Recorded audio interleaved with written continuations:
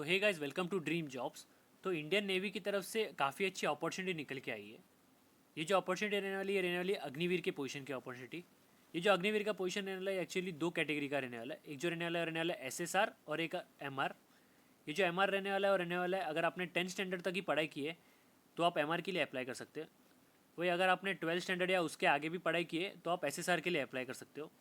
ये जो अग्निवीर का पोजीशन रहता है ये एक्चुअली एक शॉर्ट टर्म सर्विस रहता है, यानी कि कुछ एक लिमिटेड पीरियड के लिए रहता है। मगर ये जो अग्निवीर का पोजीशन रहने वाला है इसमें आपके परफॉर्मेंस के हिसाब से आपको परमानेंट नेवी में भी जॉब मिल सकता है एज अ सेलर। तो आज की वीडियो में हम उसके रिगार्डिंग सारी इन्फॉर्मेशन देखेंगे। तो वीडियो स्टार्ट करने से पहले वीडियो को एक लाइक कर देना और चैनल पर नए हो तो सब्सक्राइब कर लेना। आपको ऐसे ही नए नए जॉब अपडेट्स मिलते रहेंगे। आप कमेंट करके ही मुझे बता सकते हैं आपको कौन से टाइप के जॉब्स चाहिए और कौन से ब्रांच रिगार्डिंग जॉब्स चाहिए, फिर मैं उसके रिगार्डिंग आपको वीडियोज़ बना के देते रहूँगा। तो ये जो PDF निकल के आया इंडियन नेवी की तरफ से। ये जो PDF रहने वाला है ये रहने वाला है अग्निवीर SSR के लिए। दोनों SSR और MR का PDF सेम रहने वाला है, बस बेसिक आपका जो एजुकेशन क्वालिफिकेशन रहेगा वो डिफरेंट रहेगा। मैं आपको बता दूंगा क्या क्या डिफरेंस रहेगा, बाकी पूरा PDF आपको सेम देखने मिलेगा। तो हम SSR का PDF देखेंगे अभी। तो एलिजिबिलिटी कंडीशन में फर्स्टली उन लोगों ने बोला है कि आप एक अनमेरिड मेल और एक अनमेरिड फीमेल चाहिए कंपलसरी।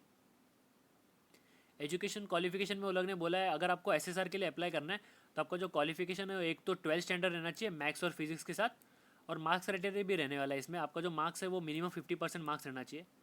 अगर आपने 3 साल का डिप्लोमा इंजीनियरिंग कोर्स किया है mechanical, electrical, automobile, computer science, instrumentation technology या इंफॉर्मेशन टेक्नोलॉजी में, तो फिर भी आप इसमें अप्लाई कर सकते हो। मार्क्स क्राइटेरिया आपको सेम रहेगा, इसमें 50% मार्क्स लगेगा।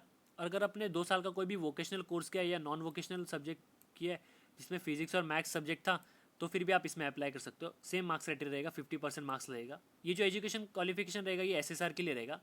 वही सेम अगर आपको MR के लिए अप्लाई करना है तो आपको क्लास 10th का बोर्ड एग्जाम दिया रहना चाहिए आपने। अगर आपका रिजल्ट इस साल आने वाला है तो फिर भी आप इसमें अप्लाई कर सकते हो। सेम SSR के लिए रहेगा। अगर आपका 12th क्लास का रिजल्ट इस साल लगने वाला है तो फिर भी आप इसमें अप्लाई करने के लिए एलिजिबल रहेंगे। तो एज क्राइटेरिया क्या रहने वाला है इसमें अप्लाई करने के लिए? आपका जो डेट ऑफ बर्थ है वो 1 नवंबर 2003 से 30 अप्रैल 2007 के बीच में रहना चाहिए कंपलसरी। अगर इससे पहले या इसके बाद है तो आप इसमें अप्लाई कर नहीं सकते। मैरिटल स्टेटस में उन्होंने कंपलसरी बोला है कि आप एक अनमेरिड मेल नहीं तो अनमेरिड फीमेल रहनी चाहिए एलिजिबल होने के लिए। तो टर्म्स एंड कंडीशन में वो लोगों ने क्या क्या बोला है, आपका ड्यूरेशन ऑफ सर्विस क्या रहेगा। ये जो आपका जो अग्निवीर रहेगा ये 4 साल के ड्यूरेशन के लिए रहेगा। 4 साल के ड्यूरेशन के बाद आप इंडियन नेवी के पास कोई भी परमानेंट जॉब के लिए क्लेम नहीं कर सकते, ये चीज़ याद रखना। सिर्फ 4 साल के लिए रहेगा आपका ये अग्निवीर का पोस्ट। तो लीव पॉलिसी क्या रहने वाला है, आपको 30 डेज़ का लीव्स मिलेगा हर साल। एडिशनली आपको सिक लीव भी मिलेगी।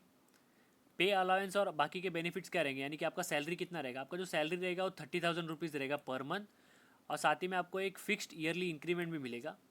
इसके बाद आपको risk and hardship, dress and travelling allowance भी मिलेगा। साथ ही में आपको एक सेवा निधि के लिए वन टाइम सेवा निधि पैकेज भी मिलेगा जो कि रहने वाला है 5.2 लाख का। दोनों के लिए सेम रहने वाला है, SR के लिए भी और MR के लिए भी। आपको उसके बाद लाइफ इंश्योरेंस कवर भी मिलेगा जो कि रहने वाला है 48 लाख रुपीज़ का।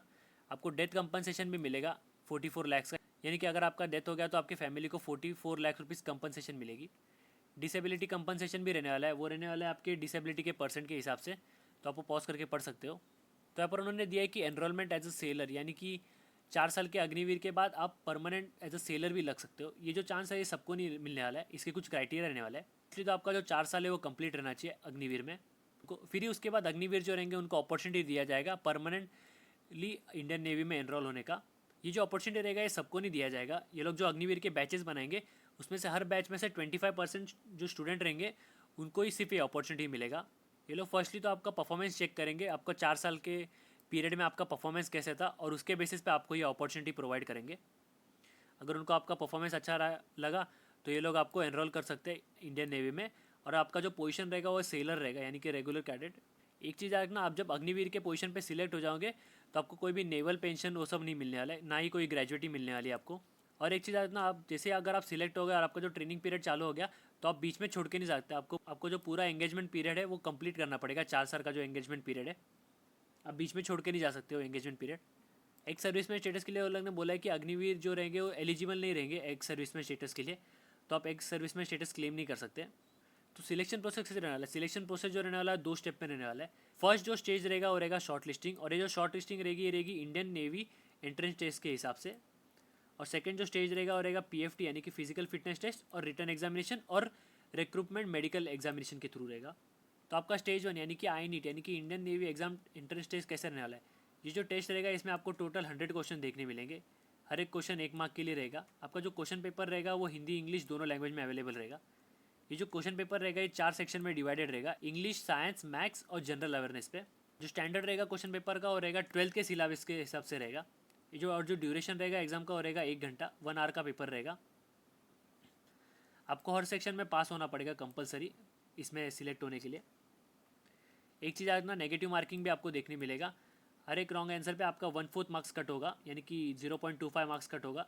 आपको सेंटर एलोकेट किए जाएंगे आई नीट के लिए। आपको वहाँ पर जाके एग्ज़ाम देना पड़ेगा, ऑनलाइन एग्ज़ाम नहीं दे सकते आप घर से बैठ के, आपको सेंटर में जाके एग्ज़ाम देना पड़ेगा। और इसी एंट्रेंस टेस्ट के मार्क्स के हिसाब से आपको शॉर्टलिस्ट किया जाएगा स्टेज 2 के लिए।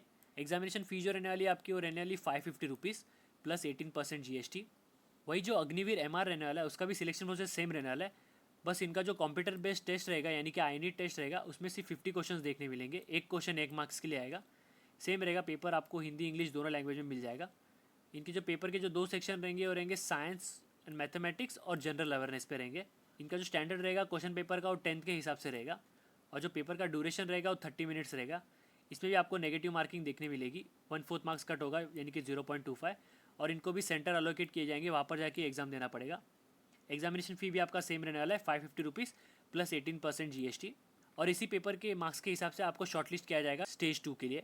जो स्टेज 2 रहेगा वो रहेगा PFT यानी कि physical fitness test, written examination और रिक्रूटमेंट मेडिकल।